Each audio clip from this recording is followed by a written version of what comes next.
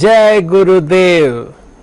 अत्यंत आनंद की बात है कि भगवान श्री नारायण हरि की कृपा से हम लोग नित्य नूतन भगवत चर्चा में रमे रहते हैं।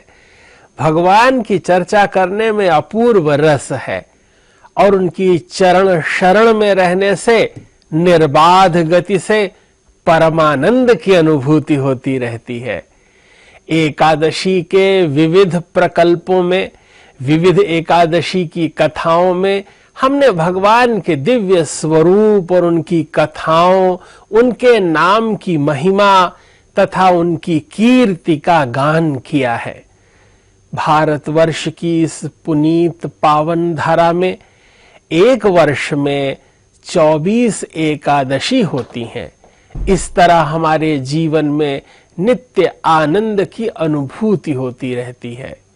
इसी क्रम में युधिष्ठिर जी भगवान श्री कृष्ण जी से विभिन्न एकादशियों की महिमा पूछते हैं और उस महिमा के क्रम में कार्तिक मास के कृष्ण पक्ष की एकादशी की महिमा पूछते हुए जब युधिष्ठिर जी ने भगवान कृष्ण से प्रार्थना की, तब भगवान श्री कृष्ण जी ने कहा कि मैं लोक मंगल के लिए यह पावन पुनीत दिव्य एकादशी की कथा सुना रहा हूं। भगवान श्री कृष्ण ने कहा कि युधिष्ठिर, यह पवित्र एकादशी जो कार्तिक कृष्ण पक्ष की एकादशी है, इसका नाम रमा है। यह रमा एकादशी दिव्य आशीर्वाद प्रदान करती है। जो इसका व्रत उपवास रहता है उसको इस जन्म में तो परम सुख मिलता ही है, लेकिन इस जीवन के अनंतर भी अनंत ऐश्वर्य, दिव्य भोग और बड़े पद प्राप्त होते हैं। अनंत काल तक ऐश्वर्य प्राप्ति का यह संक्षिप्त उपाय प्रत्येक व्यक्ति के जीवन में आनंद अवतरित कराता है। भगवान श्री कृष्ण ने रमा एकादशी की महिमा बतलाते हुए इसकी पुनीत कथा कही।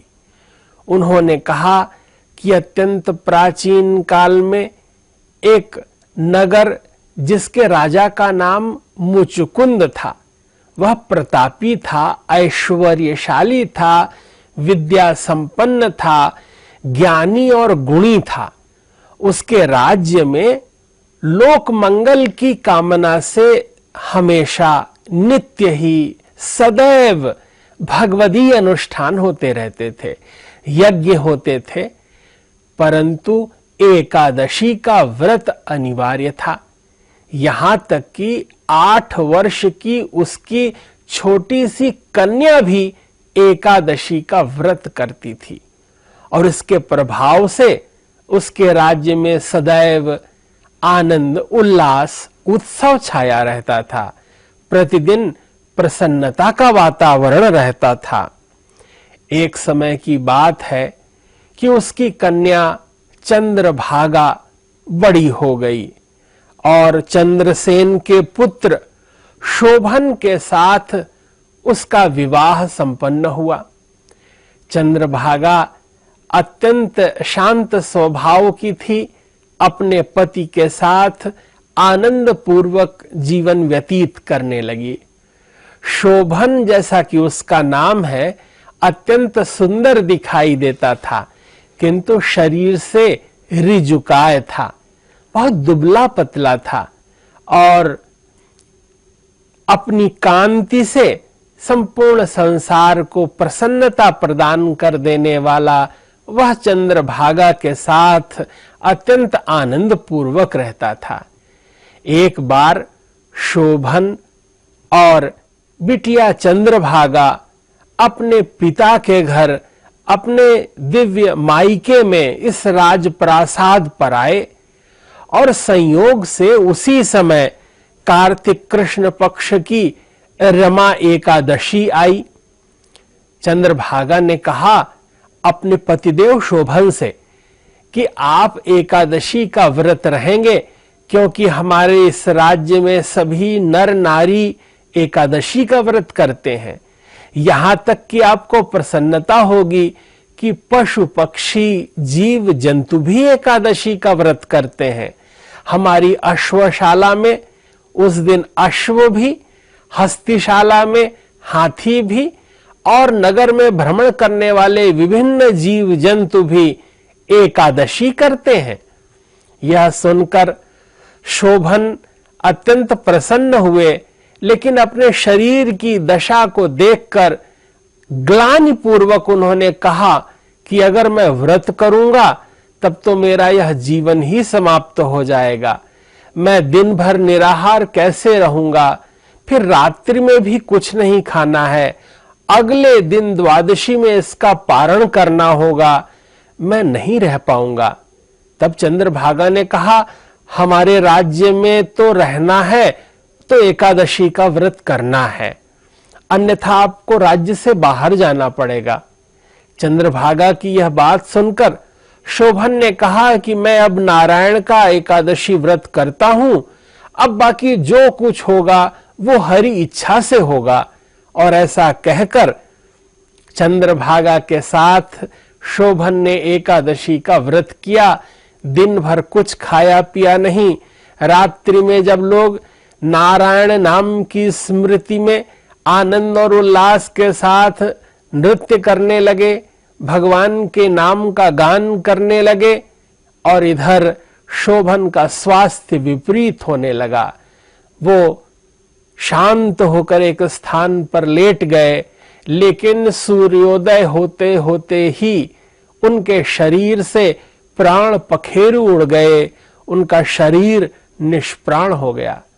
और इस दुखद अंत के अनंतर द्वादशी में राजा ने एक सुंदर चंदन की लकड़ियों से शोभन का अंतिम संस्कार किया।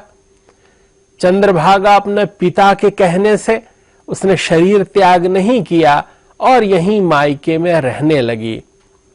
मुचकुंद का मन बहुत दुखी था।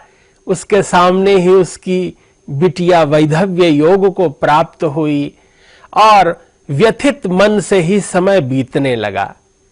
एक बार की बात है कि मुचकुंद के यहां से एक सोम शर्मा नाम के विद्वान ब्राह्मण भ्रमण के लिए निकले, और वे भ्रमणशील होने के कारण यत्र तत्र सर्वत्र विचरण करते हुए मंदराचल पर्वत की उत्तुंग श्रेणियों तक पहुंच गए। और वहां पहुंचकर उन्होंने देखा कि धन धान्य से युक्त तथा शत्रुओं से रहित एक सुंदर नगर है, जो स्फटिक सा चमकदार है, वैदूर्य मणि सा दिव्य आभा से युक्त है, और वहां पर शोभन राज्य कर रहा है। देव वृंद मानो उसकी स्तुति कर रहे हों। सोम शर्मा को देखकर शोभन ने पहचान लिया और कहा कि आप कैसे हैं, चंद्रभागा कैसी हैं, पूज्य पिताजी कैसे हैं। सोम शर्मा ने कहा कि सभी कुशल हैं, पर आपकी ये दशा यहां कैसी हुई? राजा मुचकुंद प्रसन्न होंगे आपको इस रूप में यहां जानकर। शोभन ने सब बतलाया कि मैंने जिस एकादशी के व्रत के कारण अपना शरीर खोया था और उसी के प्रभाव से मुझे यह दिव्य शरीर मिला है। मैं यहां मंदराचल पर्वत पर इस अपूर्व राज्य का शासन कर रहा हूं, किंतु मैंने मनोयोग से मन से एकादशी नहीं किया था। अस्तु यह राज्य स्थिर नहीं है। अगर आप पुनः जाएं और वहां चंद्रभागा से कहें कि वो मेरे राज्य को स्थिर कर दे। तब सोम शर्मा आते हैं, यहां सारा समाचार सुनाते हैं, और समाचार सुनकर मुचकुंद की अनुमति लेकर बहुत प्रसन्नता पूर्वक चंद्रभागा जाती हैं। सोम शर्मा चंद्रभागा को लेकर के वामदेव मुनि के आश्रम पर पहुंचते हैं। वहां पर चंद्रभागा का अभिषेक कर वामदेव जी अपने आशीष से उन्हें दैवीय स्वरूप प्रदान कर देते हैं और उस स्वरूप के प्रभाव से वे दिव्य गति को प्राप्त हो जाती हैं। सोम शर्मा चंद्रभागा को लेकर के मंदराचल पर्वत की उस दिव्य पर्वत श्रेणी पर जब शोभन के निकट पहुंचते हैं, तब चंद्रभागा कहती हैं कि मैं अपने 8 वर्ष से निरंतर इस एकादशी व्रत को करती आ रही हूं। इसके फलस्वरूप, इसके पुण्य के प्रभाव से मैं आपके इस दिव्य राज्य को स्थिर करती हूं। और जैसा ही उन्होंने ऐसा कहा, पुण्य के प्रभाव से शोभन का वह नगर स्थिर हो गया, दिव्य आभा युक्त हो गया, प्रभा युक्त हो गया। युधिष्ठिर जी ने भगवान श्री कृष्ण को प्रणाम कर बहुत आनंद का अनुभव किया। भगवान श्री कृष्ण इस कथा की फलश्रुति यह बतलाते हैं कि जो कोई साधक इस रमा एकादशी को, जो कार्तिक कृष्ण पक्ष की एकादशी है, इसे करता है, उसके जीवन में बहुविध आनंद होता है।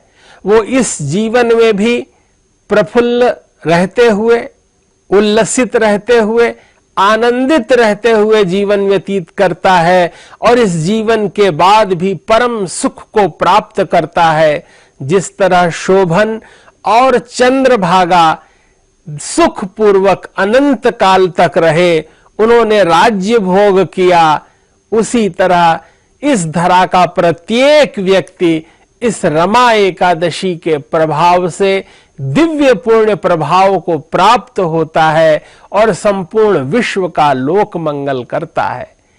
ज्ञान की इस अत्यंत महिमा और भगवदीय वार्ता का क्रम संपूर्ण विश्व में व्याप्त है। पूज्य महर्षि महेश योगी जी ने भारतीय संस्कृति और मान्यताओं की स्थापना संपूर्ण विश्व में की। संपूर्ण विश्व में प्रत्येक व्यक्ति तक इस भारतीय परंपरा का ज्ञान बोध पहुंचाया और प्रत्येक व्यक्ति को यह समझाया कि इन मान्यताओं के अनुरूप हम अपने शरीर को स्वस्थ रख सकते हैं, मन को प्रसन्न रख सकते हैं तथा इस ज्ञान मार्ग से हम मुक्ति को प्राप्त कर सकते हैं। इसी परंपरा का प्रबोधन करते हुए आदरणीय ब्रह्मचारी डॉक्टर गिरीश जी और संपूर्ण महर्षि संस्थान इस विश्व में उस सनातनी परंपरा का विस्तार कर रहा है। सत्व का आश्रय लेकर के सात्विक आचरण करते हुए सत्व के प्रभाव को बढ़ा रहे हैं।